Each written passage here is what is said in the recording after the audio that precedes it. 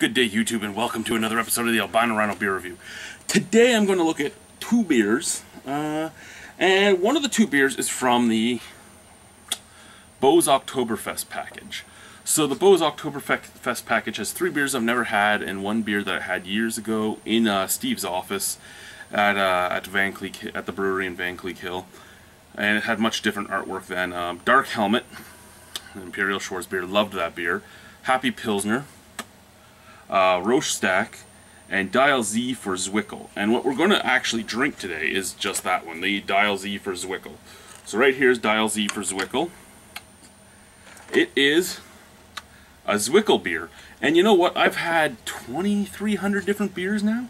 I don't think I've ever had a Zwickelbier. I off the top of my head, I can't think of one Zwickelbier I've had. Anyway, the little card here says Dial Z for Zwickel is a rare new creation from the Beau's brew team. A hazy copper-colored lager called a Zwickelbier. A beer so uber fresh, it tastes like you walked right up to our tank and poured it yourself. The flavor and aroma are ripe with bready, whatever. Zwickelbiers are seriously not meant for aging and best served right now. Now, today is September 6th.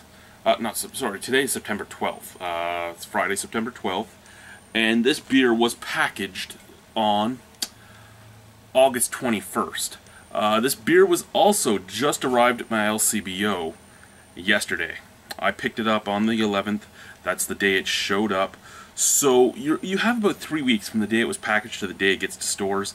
If it's not meant for aging and it's meant to be enjoyed right now, you really should be packaging it like the day of or the day before it gets shipped out. I mean, really, I know 3 weeks isn't anything. There are some people that are like, oh my god, my IPA is 3 weeks old, I'm not going to drink it. But it's not really much, but I'm just saying with the description of this beer, that it's not meant for aging and to drink it right now, it just screams to me that it should have been a specialty idea of bottling it and getting it out that day. Ooh, some nice smoke came off of that. Oh, this is filled almost to the top. There's almost no neck room. Didn't expect to see that either.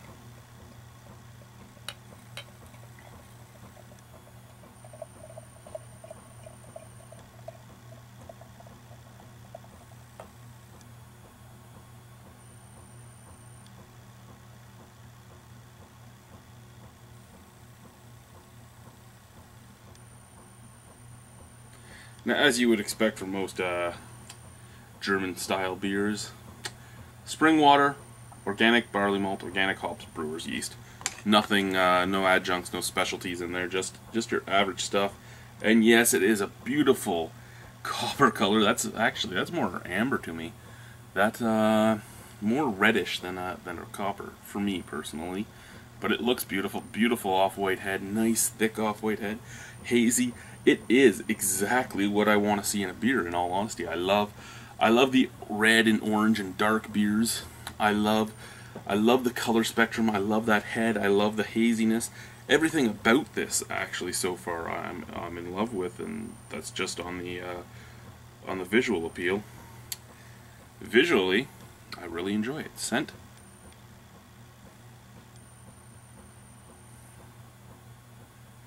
Okay, yeah, it is. It's bready and yeasty and grassy. I mean, it kind of smells like a Pilsner.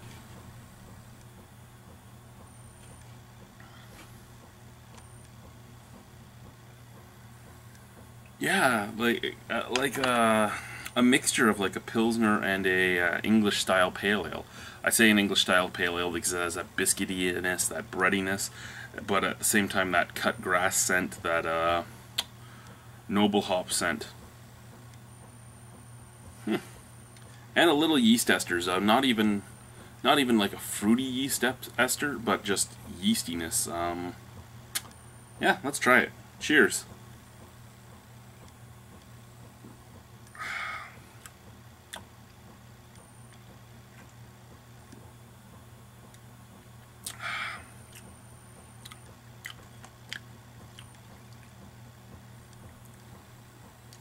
Oh, excuse me.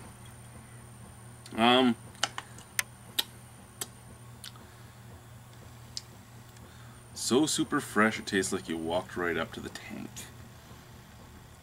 I don't know, I've had a lot of beers right off of the tanks. I've had a lot of beers right off of tanks, and even before they're done fermenting, I've had beers right off the tanks. And this tastes good. It doesn't taste like it's right off a tank, though. Other than that, actually a nice beer. This actually reminds me quite a lot like the 100th Meridian Organic Amber from Mill Street. Reminds me a lot of that. This a little better for me, but it reminds me a lot of that beer. Nice caramel maltiness. Nice grassy finish. Little touch of a subtle hoppy resininess at the background. It's just sticking around there. A little bit of dirt. When I say that again, for people that don't watch me very often and don't get what I'm talking about, I'm talking about that dirty hoppiness that comes with a lot of English beers. Breadiness too, but the breadiness comes afterwards. I was expecting it closer to the middle, but it's as that bitterness fades down, you kind of get this spicy, almost rye-like characteristic coming up. Excuse me. Carbonated. So, medium mouthfeel, easy to drink, tasty. Basically, like I said earlier, like with the scent, it's basically tasting like a Pilsner mixed with just an English ale. Even an ESB even. I said a pale ale when I was saying it, but I was just saying that because that's what hit my mind first. But most just real English ales come off with that breadiness and that oh, I don't usually burp this much in a video. Wow.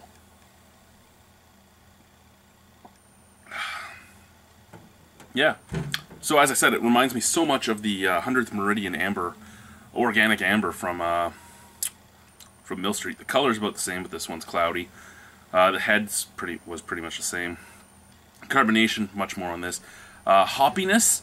This is hoppier, and that's why I'm liking this one better. It's coming off with two different types of hops. I mean, you're getting that cut grass hoppiness, getting a little bit of that dirty hoppiness, and you're getting a tiny bit of piney resininess. And I'm perfectly okay with all of that in there. It's all mixed really well.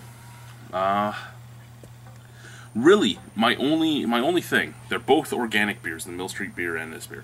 I like this beer more. I think I would drink the 100th Meridian more often because it's just cheaper. I mean, $6 a bottle versus what, $12 a 6-pack. Yeah, the 6-pack is 340 milliliter bottles instead of 600 milliliter bottles.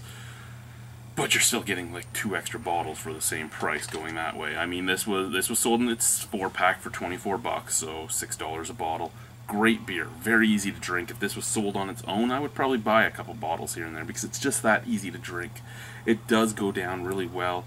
It's 5.7% alcohol, so you can drink a bunch of them if you wanted to. The hoppiness isn't so much that it's going to overpower your palate. I actually really enjoy it. Out of 10,